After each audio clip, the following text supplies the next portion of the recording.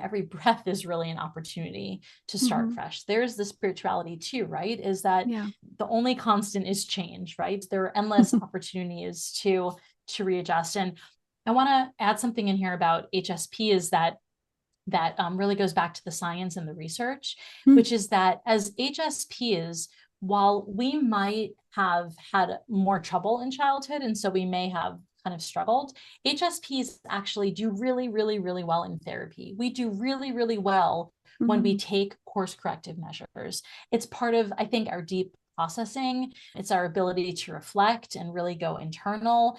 Hi there, conscious parents. Before we start today's episode, it's Carrie here, and I wanted to reach out to ask you guys for a quick favor.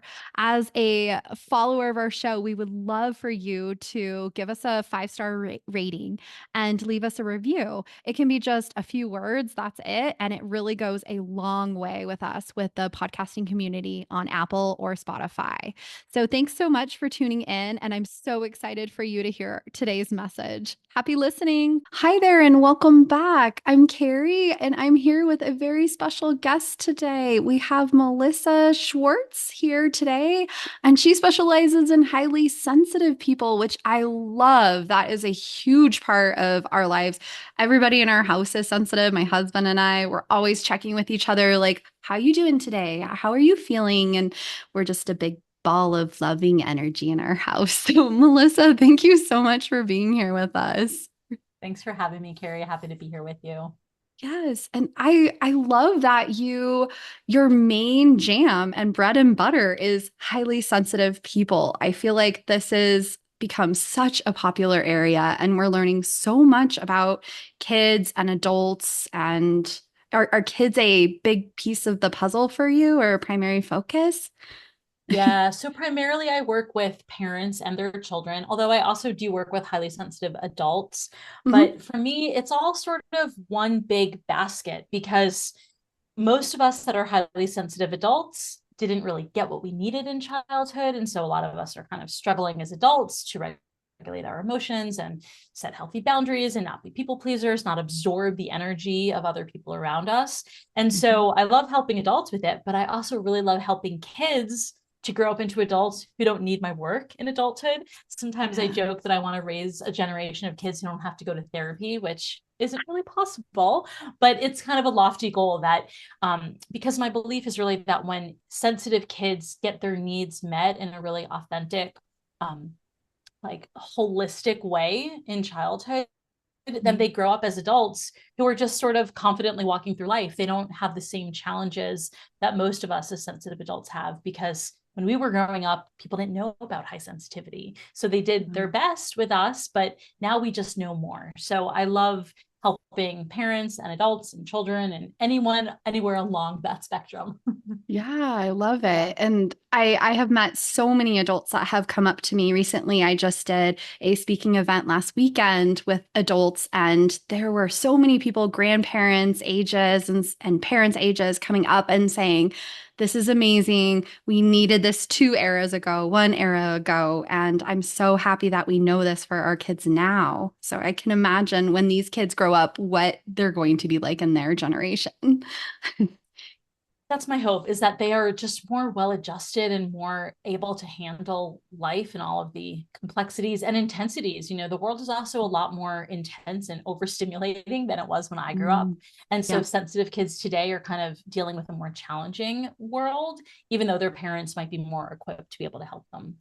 Yeah, yeah, that's wonderful. I'm so happy we have people like you and I out there. It was so fun to Yes. connect. We just overlapped with our messages. It's really cool. So I wanted to check with you. I recently found out that you also have the spirituality piece that you bring in. Do you bring that in with families? Do you bring that in with children? What does that look like for you? What have you found? Yeah. So for me, spirituality is it's sort of in everything that I do. It's really hard to get away from it, right?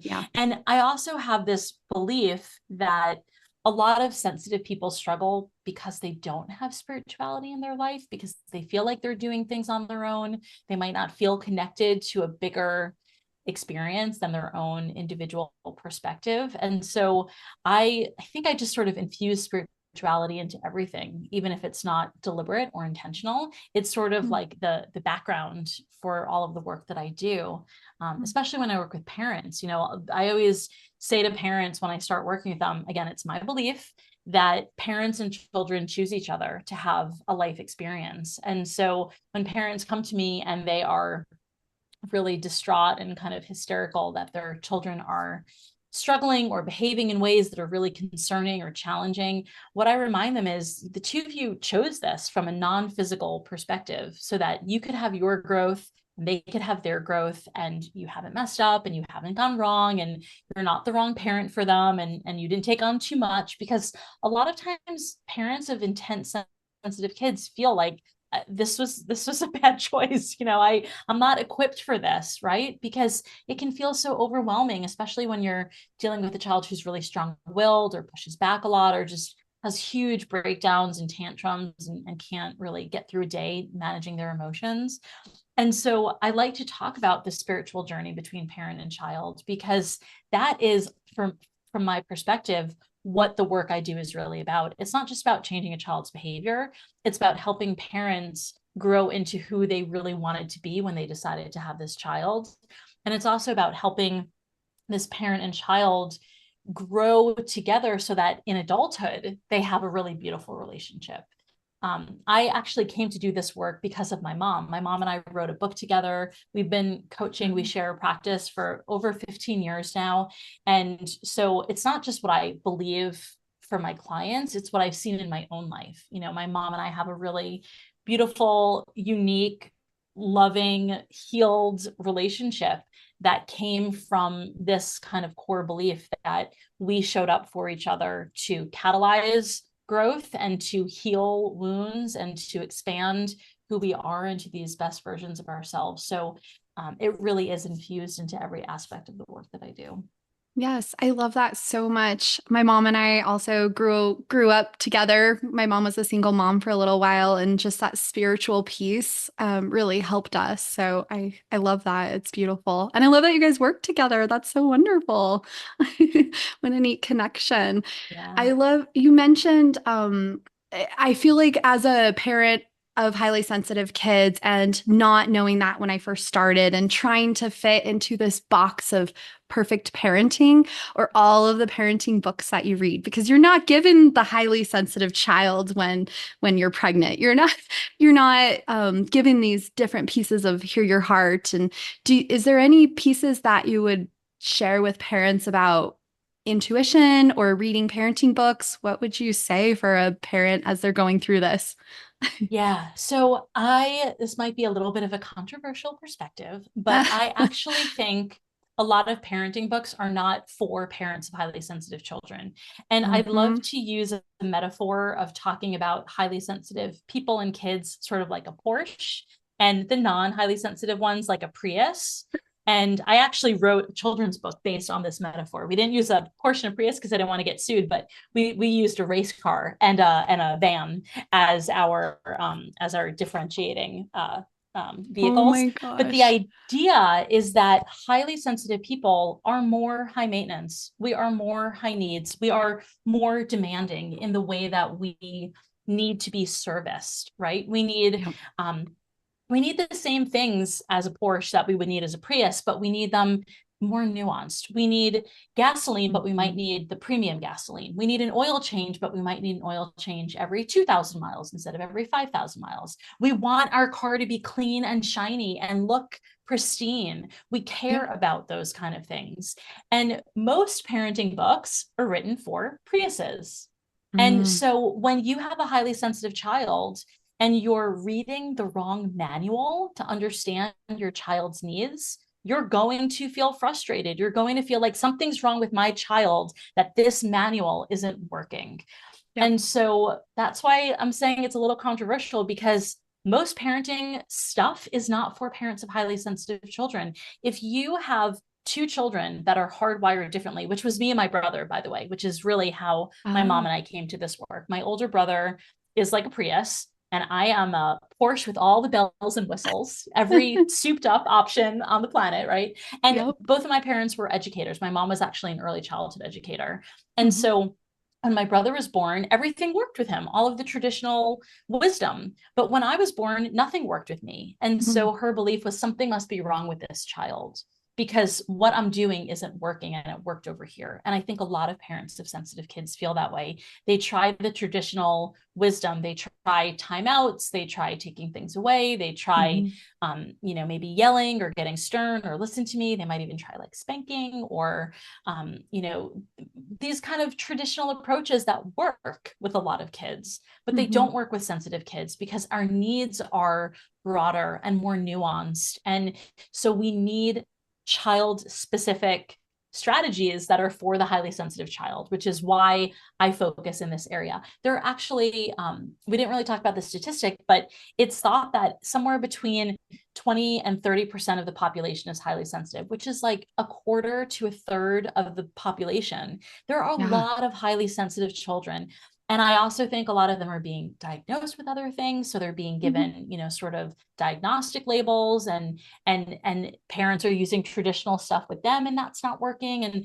And so the more we talk about high sensitivity and help the masses understand it and come to understand what these children need, which is just slightly different. It's not a huge difference. Taking care of a Porsche is not a completely different experience than taking care of a Prius.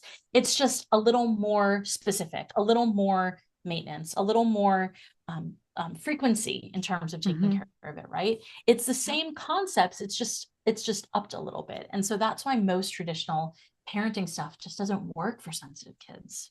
Hi there, Changemaker moms and dads. It's Carrie here. I hope you're enjoying today's episode. If there's any pieces of this episode that resonate with you, we would love for you to share it with a friend. A little helping hand goes a long way. We appreciate you tuning in, and here's more. Yes, for sure.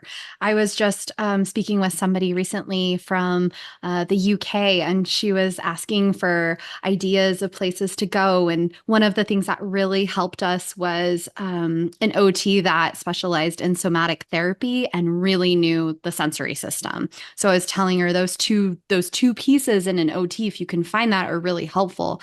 And she mentioned highly sensitive children isn't as popular in the UK. So what would you say to somebody that's maybe overseas and listening?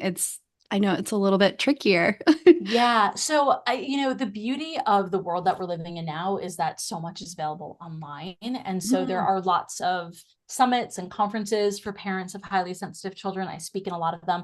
I also actually speak at a lot of occupational therapy conferences because a lot of OTs often treat kids for sensory processing disorder when kids actually are highly sensitive. And so I love helping occupational therapists sort out the nuance between the two. And what I actually find that's amazing with OTs is so many of them are HSPs. As I'm giving a talk for occupational therapists, I'll often ask them, raise your hand if this sounds like you. And it's like 80% of the room, because a lot of them went into OT trying to figure out who they were, how to meet their own needs, how to help kids that were just like them. And so a lot of sensitive kids do end up being sort of moved into OT, which is great. I think OT is good for all kids. It's really, really, really good for kids that have sensory processing differences.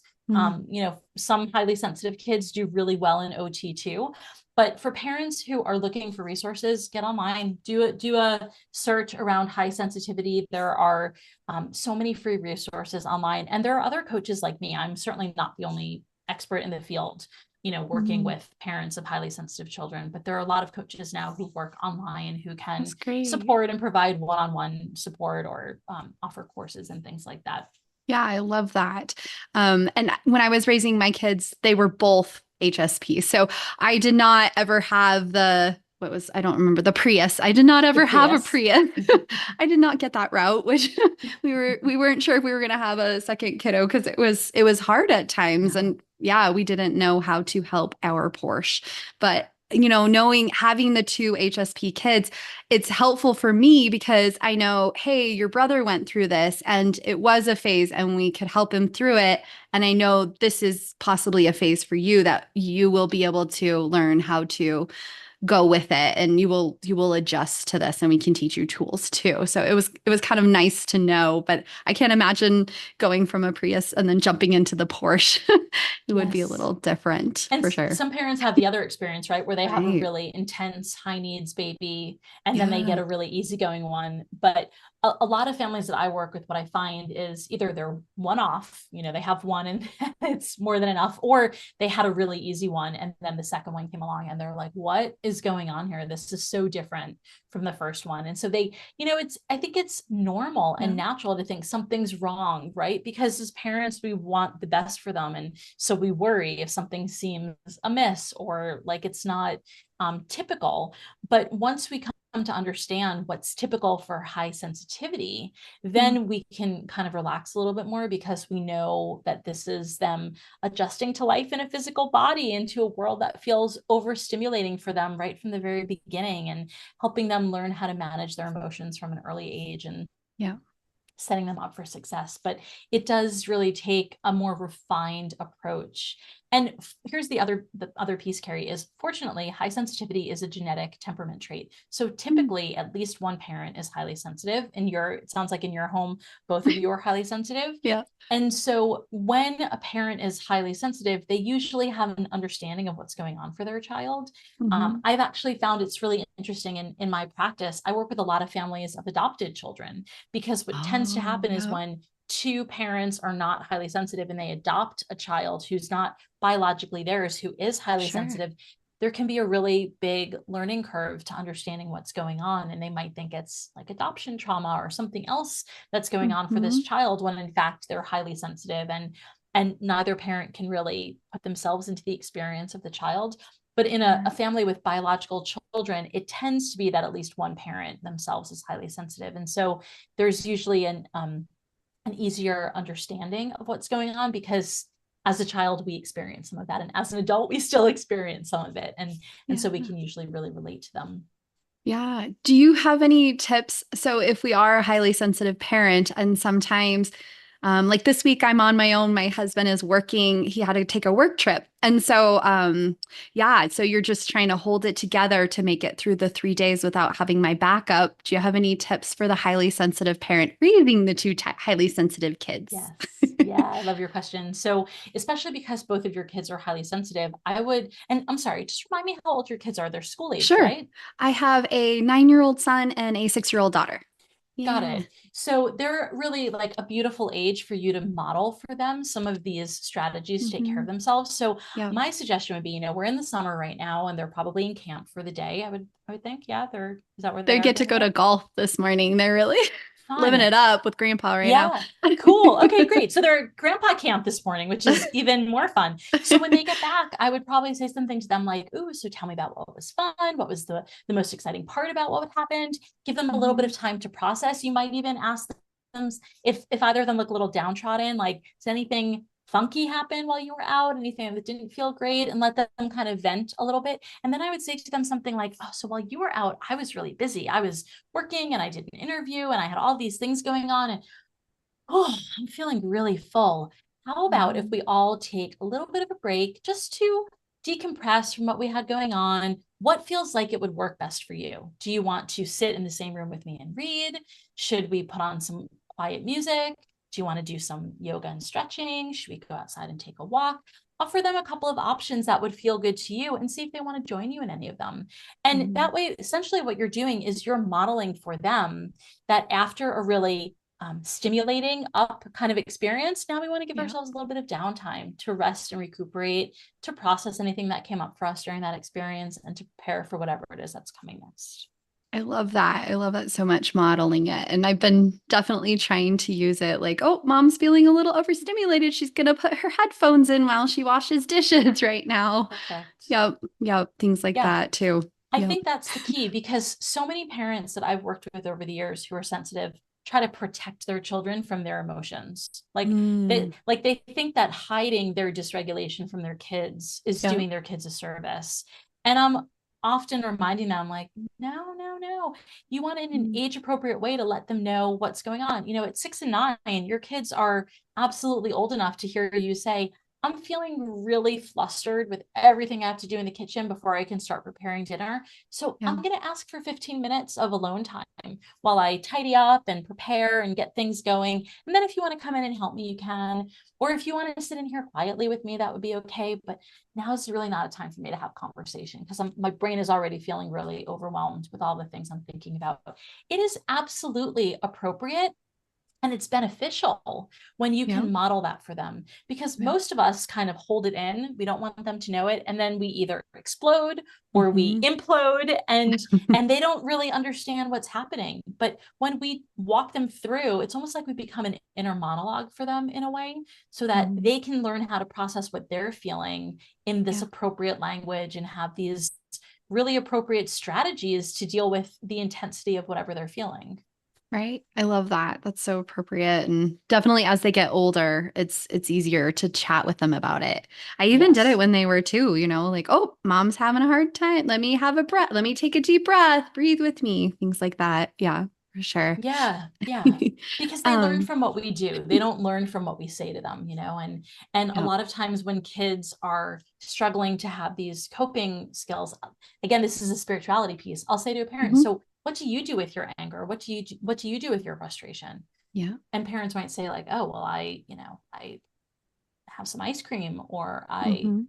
stuff it away, I don't want to show it to them. And what I often say to them is, well, then your kids are learning to do that with their feelings and you're wanting them to do it more appropriately, but we're not showing them how to do it. And so I love that you've been modeling this for your kids from a young age, because Mhm. even at the age of 2, Yeah. that's why little ones hit and pinch and spit, Mhm. because they don't know what else to do. And the emotion feels so big. And so when we model for them, I'm feeling really frustrated. Okay, I feel a little bit better, but not a lot better. I'm going to stomp my feet. And we show them what to do with their emotions, then they learn how to do it. And it Mhm. becomes a natural part of their growing up. You're raising kids that aren't going to need therapy when they grow up, because you're showing them from an early age what to do with those emotions, so they're not left alone with them, for them Mhm. just to, otherwise it's like the emotions just kind of run ragged through their body, and then kids feel badly that they're feeling them because they think they're inappropriate, because they've never learned what to do with them in an appropriate way. So I want to Yeah. just celebrate that you've been doing this with your kids for so long. It's Mhm. a shift. It's deviating from what most of us grew up with and what most of us do in our own lives. We really have to be on with them. Personally, I have a stepdaughter. I don't have any of my own biological children, but my husband had a daughter before we got married, and so she's with us only part-time. And Mhm. I got to tell you, he and I often talk about how when she's with us, we are on our A game in the way that we're Mm. modeling things. And when she's Mm. not with us, sometimes we slack off a little bit. And so Mm. I really get to like kind of waffle in and out of that. And I and I Yeah. and I feel the real challenge of being on it with her, because I want her to learn from me appropriate things, not inappropriate things, right? The behaviors that I really want her to learn. And it's a little bit easier when we don't have kids around us to fall into our old stuff. But that's the real spiritual growth that comes from being a parent, is Yeah. being that model for them, because we so want them to see that from us. Yes. And I love what you say about the therapy. I always joke that I know they're probably going to have to go at some point for something. I just want to reduce the amount they have to do. I know that I'll cause something at some point. Absolutely. Yes, And I I'm think not it's wonderful perfect. that you have that perspective, because Yeah. none of us are perfect. And also Yep. life happens with them when they're not with us. And so Hmm. there are things that happen in friendships or other Hmm. experiences in life that can Yep. be difficult for them. And so we can try our best to protect them and shield them, and give them these really lovely, healthy Hmm. childhoods. And then, life also happens. And so we just do Yes. the best that we can. Yep, just doing our best. And it's interesting you mentioned how we didn't grow up with these pieces. It's very true. And when I first started, and my husband and I both started, I said, "Hun, I want to try talking to our kids like this. This is how we're going to parent these pieces. Our kids need this." Went into all the explanations and all of it. It felt like we were speaking a different language at first. It was so challenging. Yeah, you get really caught Yeah. up in what you're saying. I think Mm-hmm. so too, because so many of us didn't have that model to work from. Mm-hmm. And Yeah. what I also see sometimes is parents will really swing the total opposite direction. So if they grew up in Mm-hmm. a family Yep. that was really perhaps strict and maybe we grew up not feeling like we had a lot of choices, maybe we become over permissive, or we give our kids too many choices, and Yep. we like lose that middle ground. And so I'm personally a real fan of finding this middle path of not Mm-hmm. really parenting from one extreme or the other. Yes. And here's the other piece is you can have two highly sensitive children who also have different kinds of needs, who have different styles, Mm-hmm. who have different I talk sometimes about subtypes of high sensitivity. Mm. Being an HSP doesn't always look the same. There are all of Yep. these different nuances. It's like a Porsche. You can have this kind, you can have that kind, this color, this sport package, right? There's Mm-hmm. nuance in the way that we are growing and experiencing the world. And so there's sometimes even nuance in the way that we parent two different sensitive children. But I love that you and your husband were so deliberate about it and really took the time to plan how you wanted to speak to them, what kind of relationship it sounds like you wanted to have with your kids, what Mm-hmm. kind of environment you wanted them to grow up in. I think that is something that most people don't think about when Mm-hmm. they're becoming parents. They think about the cute outfits and the parties and the name and the vacations and it's like I think about it's like the Instagram life. Like, Oh, what are yeah. those snapshots? Yes. And those are always going to happen. Those are going to be easy to make happen, but it's the hard Mm-hmm. moments. It's the ones that we don't want to put on Instagram. It's the ones that we don't want our neighbors to hear. Those are the moments that we really want to be deliberate about. How are we going to handle those Mm-hmm. tough things? Because that's life and they're going to happen, right? And Yep. so Yep. having a plan with our partner is such a wonderful approach to it. And so Yeah. it Yep. sounds like you and your husband really took the time to think about it, which is fabulous. Yes. And it wasn't before my son was born. It was like in the heat of it, right? Like Carrie put down, I had my spiritual friends that said, put down the baby book, burn the baby books, burn the parenting book.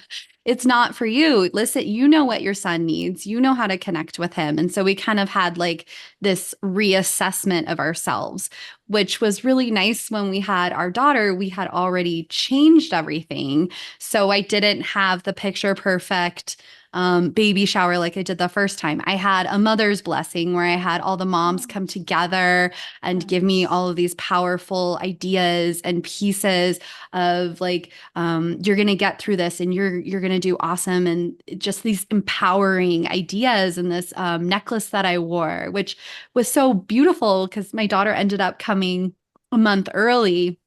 And we were really nervous about it because she was going to have to go into the NICU. And it even stopped my contractions. But I had this powerful necklace and this mindset connecting with others that ended up helping me through the labor. And she ended up fine. But just these pieces of, you're not always perfect the first time. You still can make a change. It's not set in stone. You can still make adjustments now.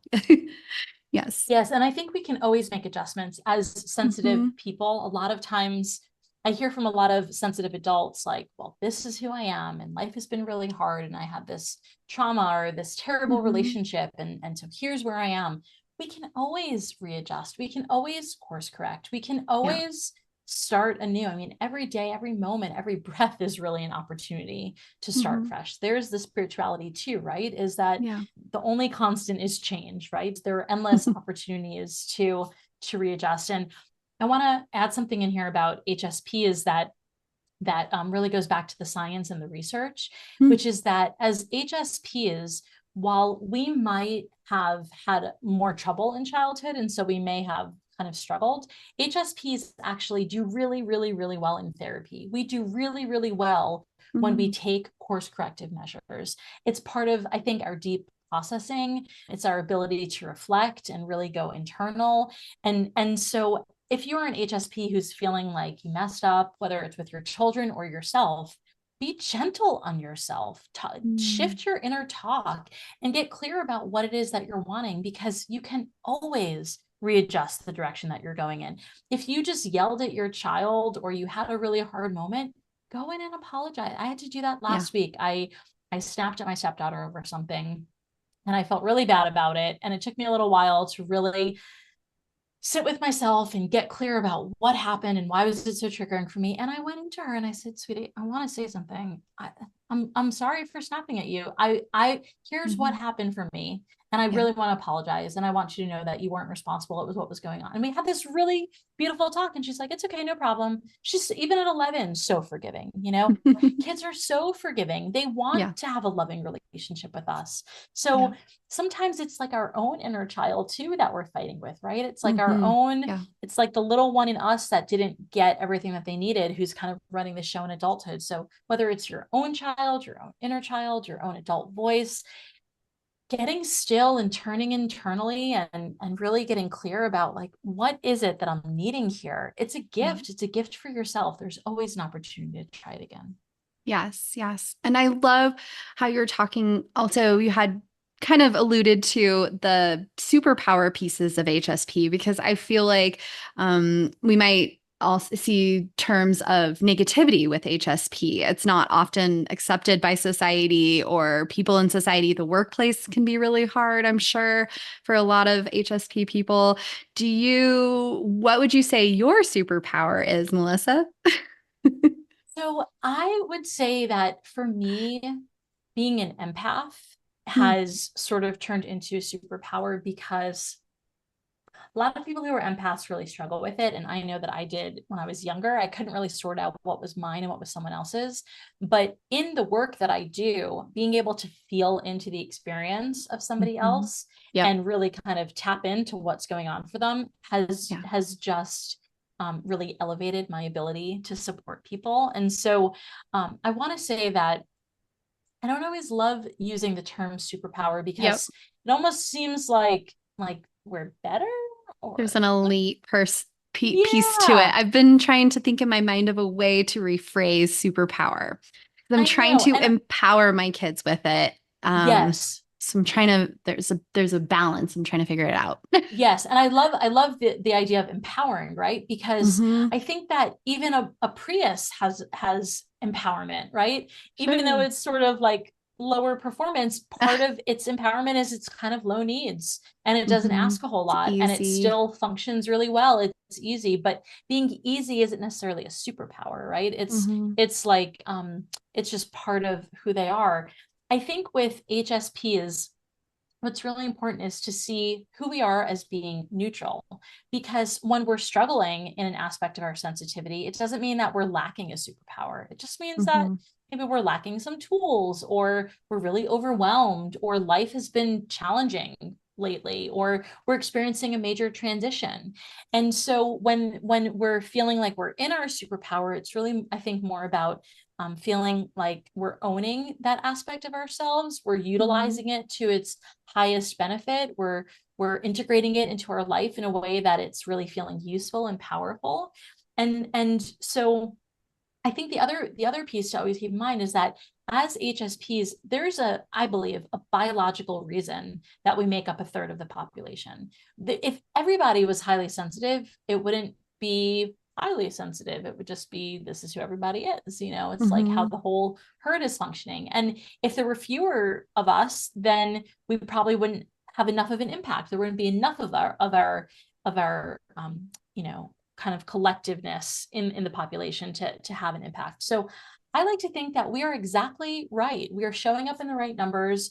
We're showing up in the right positions. Sensitive people have actually tremendous leadership qualities. We're creative, we're innovative, we can see big picture. We often care about how things are impacting other people. We do really well in positions of leadership and roles as directors and things like that.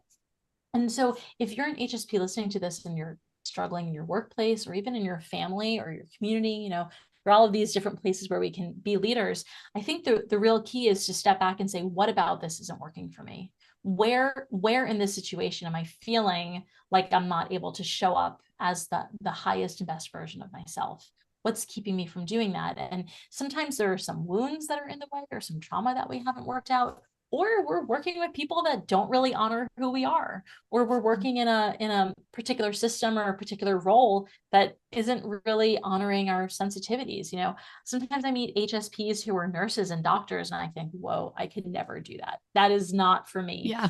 But then I meet people who say, oh, you run your own business. I could never do that. That's not for me. And so as HSPs, I don't think we're really pigeonholed into a particular experience. It's really about getting in touch with yourself and asking yourself, what lights my soul up? What makes me want to get out of bed in the morning? What really feels good for me? And if you're in a role that isn't doing that, get curious about what could shift. And if not, what would the more nurturing role look like for you? Yes, I love that. And I was thinking in my mind, if there was a kiddo that had this feeling like I'm different, what would you say to that kiddo? Depending on how old they were, I'd probably say you are different. We're all different. What's special about you? What's unique about you? What feels different about you that feels shameful? I would ask them, because sometimes whatever it is that's going on, when they feel different, it's usually coming from that shame piece, like something about me is weird or not cool.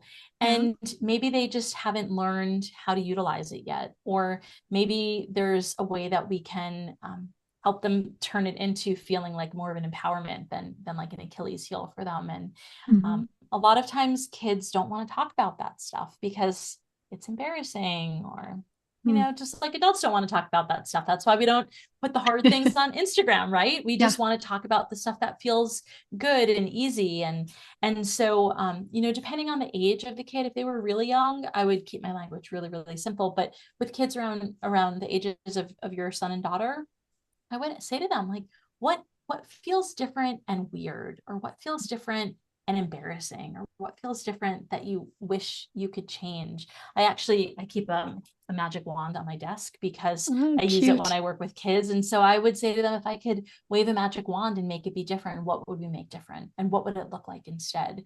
Because a lot of times with kids, we want to get out of this like real linear thinking with them. Their brains just aren't developed enough in the way that adults can say, this is different about me and I want it to change. With kids, sometimes we want to get a little more playful and creative with them. And then I would wonder with them, like, well, what would it feel like? How would it feel if that's what it was? I talk about the emotions with them and see what comes up. A lot of times kids really want someone to talk about this stuff with. They just don't know how to do it. And so we want to take a more creative route into getting in there with them. I love that. I love your magic wand. I'm going to have to borrow that. I wanted to ask you, you mentioned empath. And I feel like that's a buzzword as well, right? Yeah. Do you feel like there's an overlap with highly sensitive? What are your thoughts on it? Yeah. So this is my personal belief. Sure. The science of high sensitivity has been researched, but it's really hard to research empaths. Yes. Yep. And it's so more spiritual. my belief is that all empaths are HSPs, but all HSPs are not necessarily empaths. I do think all HSPs have more empathy than the greater population. Empathy meaning the ability to put ourselves in someone's shoes and to care about them and to want to be of service and help them. But an empath is really somebody who can feel the emotions of other people around them, who can feel the energy. And so having empathy and being an empath are not the same thing. So I always like to really kind of qualify that. And so all highly sensitive people are not empaths, but those who are might not even know it. And also they probably really struggled when they were younger with feeling overwhelmed by the emotions of other people around them. So one thing for empaths that can be really helpful is to get quiet with yourself and ask yourself, is this mine? When you're feeling something, is this mine?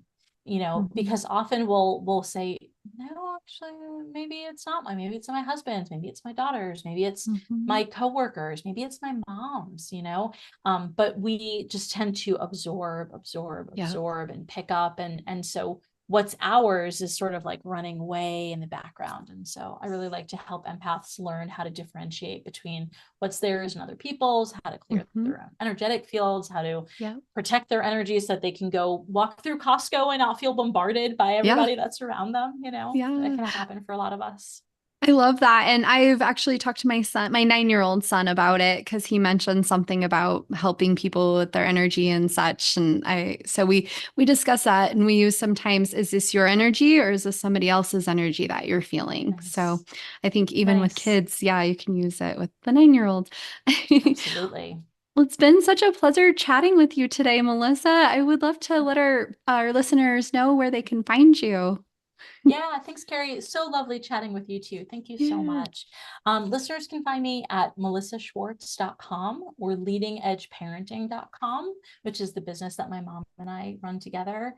The books Great. that I wrote are available on Amazon, and I'm on Facebook, Instagram at Melissa Schwartz. Perfect. And we can include Yeah, those in the show notes today. Great. Thanks so much for thanks so being here. much. Really appreciate it. Lovely talking with you, Carrie. Thank You you. too. Well, that's a wrap. Thanks so much for tuning in, Changemakers. This is Carrie. And if you haven't done a review for us, 5 stars and a little few words about what you've enjoyed in our podcast episodes, we would really appreciate it. If you guys would like to ever message me, I would love any questions you have or any feedback at info@hearttoheartlife.com. We also have a brand new website, which we're super excited to share. It's hearttoheartlife.com. Thanks so much for tuning in and happy life, happy times, Changemaker families. Please remember that the information shared on this podcast is educational in nature and does not constitute licensed mental health advice. If you need such advice, you should speak with a licensed professional about your unique situation. Thanks so much, happy listeners.